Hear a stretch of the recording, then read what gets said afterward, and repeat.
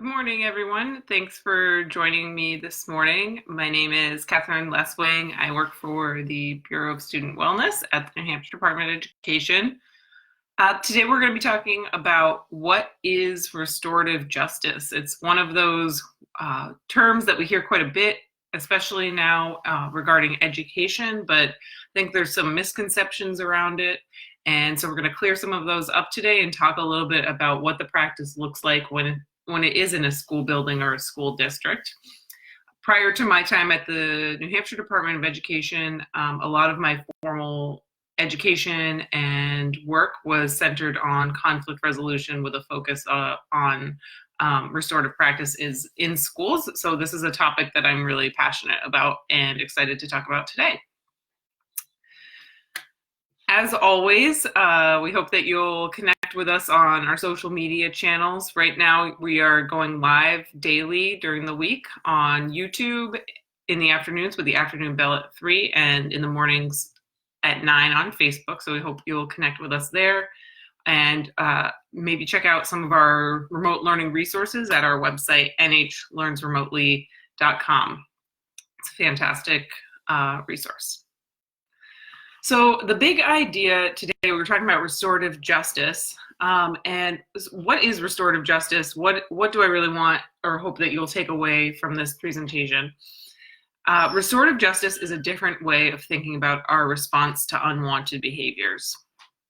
It focuses on repairing the harm caused by the behavior and reducing future harm through behavior prevention.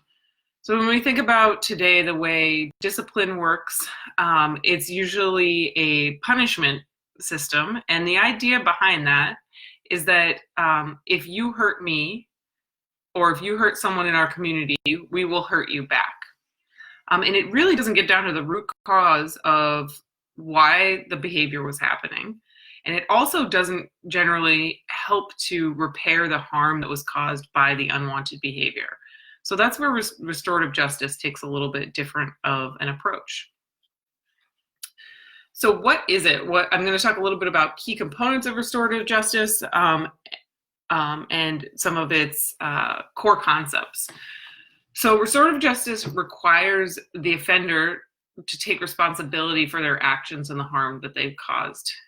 In a traditional system, a student might be suspended for, let's say, bringing a knife to school. This happened actually at a school where I worked. The student forgot that they had it on them, and then they didn't use it violently, but it was the school policy. You brought a weapon to school, so now you will get a suspension. And that student doesn't think through why it happened, didn't think how to change it in the future. It's just it's sort of a tit for tat system. In restorative justice, redress is sought for the victim. So that means that making amends and repairing that relationship. Restitution by the offenders. So again, that piece of holding responsibility. How can the offender try to repair and not necessarily make up for, but address the harm that they caused, and then reintegration of both within the community. And so this is a piece that's so important. I think it should be important to all of us when we think about members of our community when they have a hard time or they do something that's unwanted by the rest of the community. How are we treating them? And then how are they reintegrated or accepted back into our community? Is it a system where if it's a school setting, is it a system where a student is suspended and now that's known as a suspended student, and then when they come back they're lost in their schoolwork, they haven't seen their friends in a long time, so they might be engaging in more disruptive behavior because they want to catch up with their friends. There's all sorts of things to think about when we want to reintegrate someone into the community after a harm has been done. And last but not least, it really does require collaboration between school leadership, school staff, and the student body. So I love this table. What is restorative justice? Here we see the traditional approach versus the restorative approach. So in a traditional approach, and I think a lot of us have grown up and gone to school in a setting like this, where you break the school rules, right? Schools are in place and they can be broken. When you switch to a restorative approach, it's not necessarily that you broke a rule, but that your actions hurt relationships and they hurt people. In a traditional approach, justice is focused on establishing guilt. So, how could you, the mentality, versus restorative justice approach where you're identifying the responsibility. So more about a why did you and how can you take responsibility for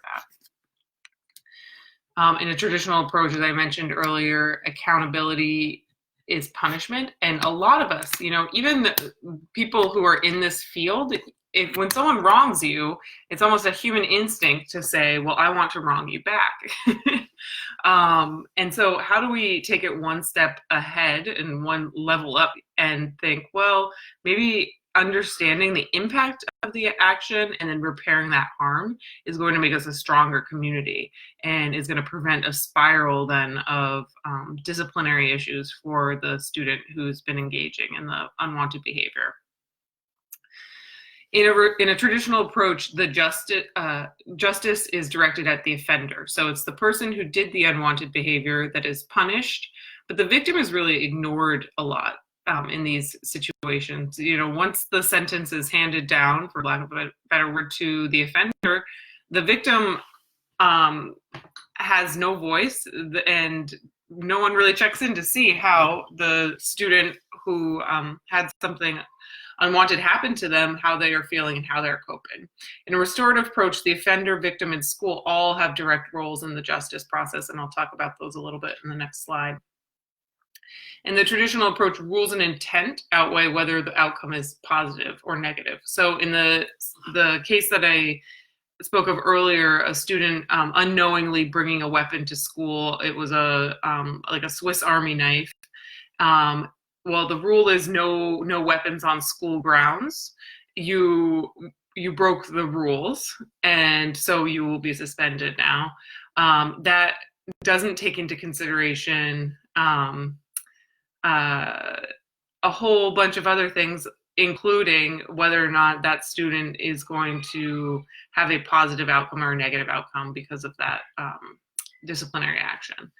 In the restorative approach, the offender is responsible for their harmful behavior, and they work towards repairing the harm for a positive outcome.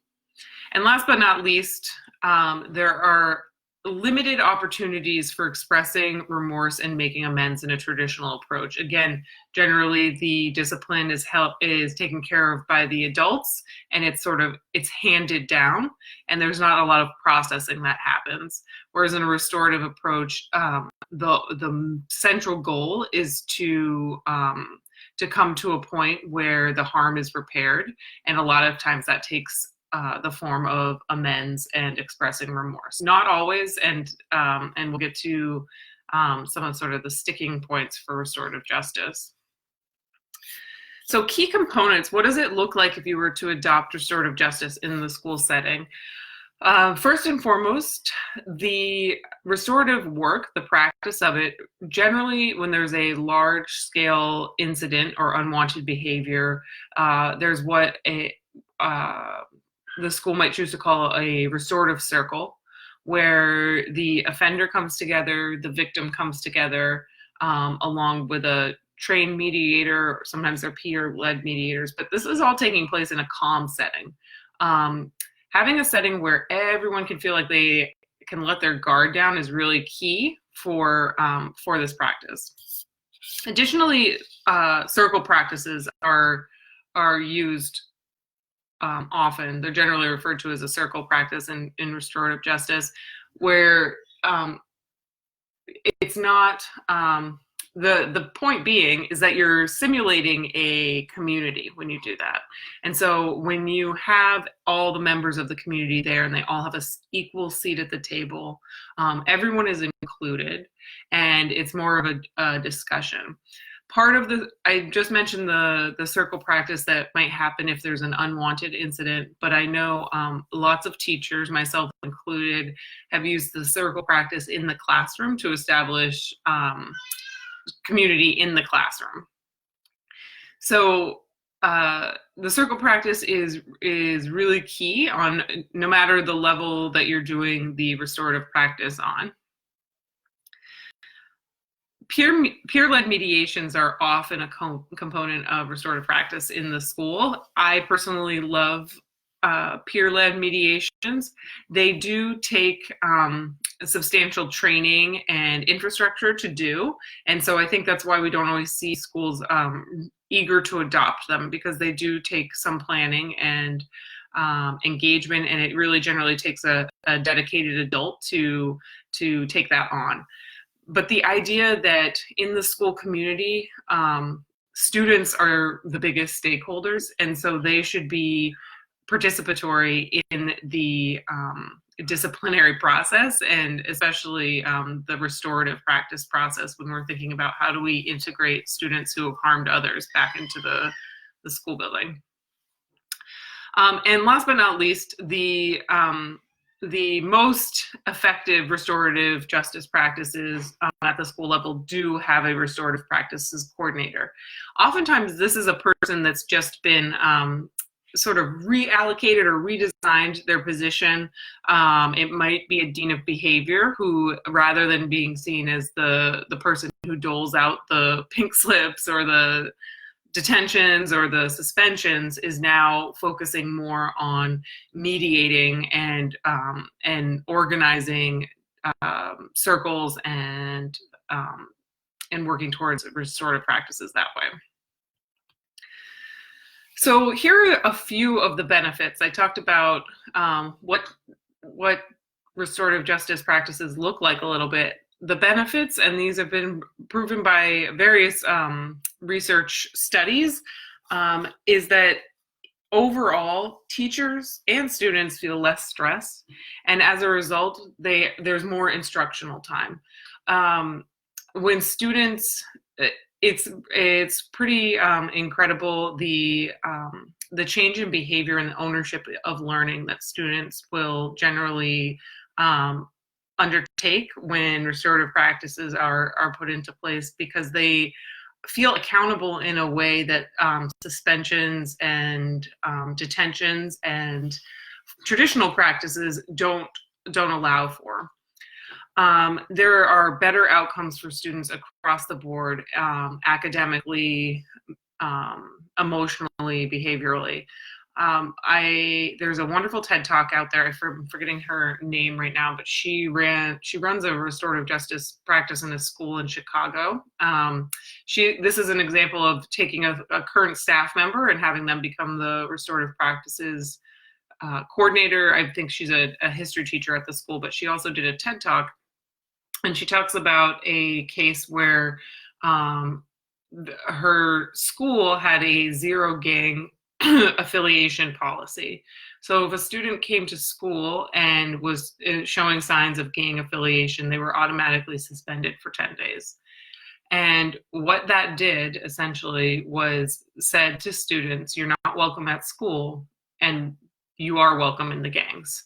And so when we think about our practices with discipline, what are we messaging to students? But certainly when the school took on a restorative approach, they were able to retain those students, and they were able to work out a way safely that everyone was able to reintegrate into the community.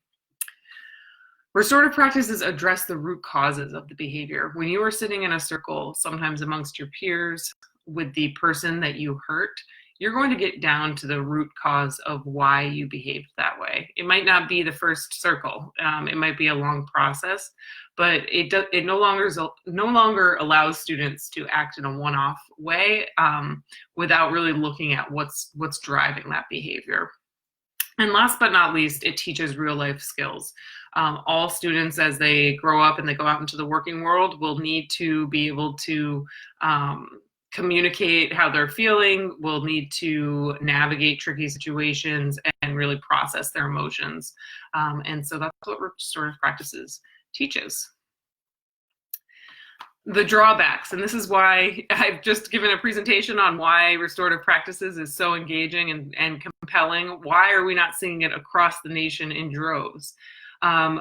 Firstly, I think it has really gained traction in the past decade or so, maybe 2 decades, but it does require several components that are not always eagerly adopted by districts. I think I would have reordered these actually now looking at this, but the first one is it requires the willingness of all parties. And so this is actually in the practice of a restorative justice circle.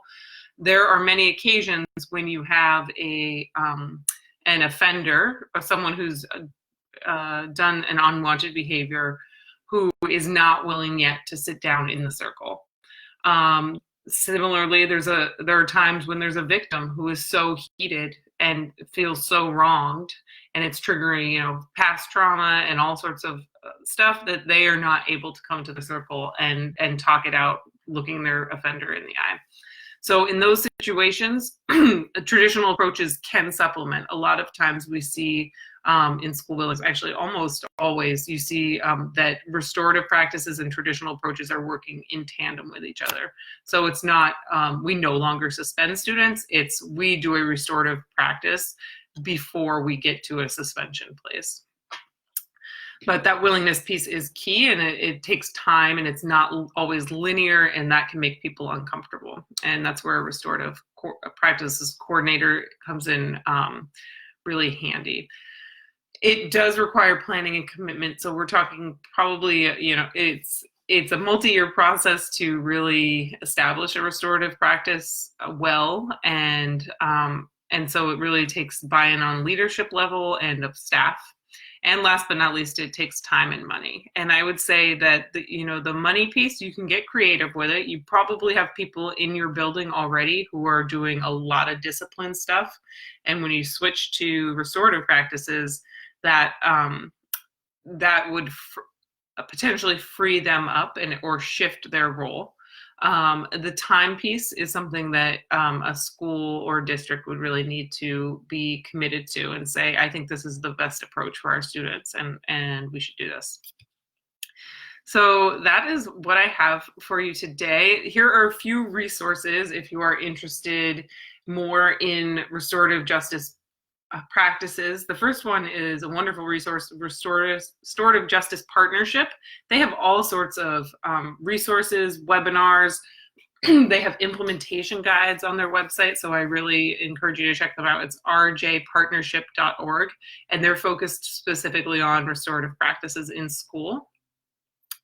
And the second one is a source that I like for just about any topic around tolerance or teaching tolerance, and it's called teachingtolerance.org. But they have a specific toolkit for how to do restorative justice in schools. And I guess to that point, what I would say is even if you are a staff member or a teacher in a school that isn't adopting school-wide restorative practices, you can always adopt it in your classroom. And that's what I did to a large degree when I was a teacher. I very much adopted the circle practice into my classroom, and I started it at the beginning of the school year, and it was one of those classroom routines that students came to understand and appreciate when it was taught explicitly from the beginning of the year.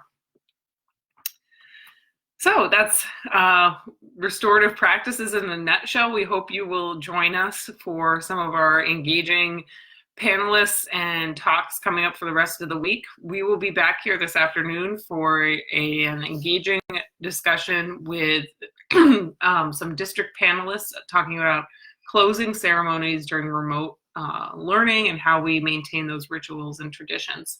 So that will be today at 3 on YouTube. We hope to see you there, and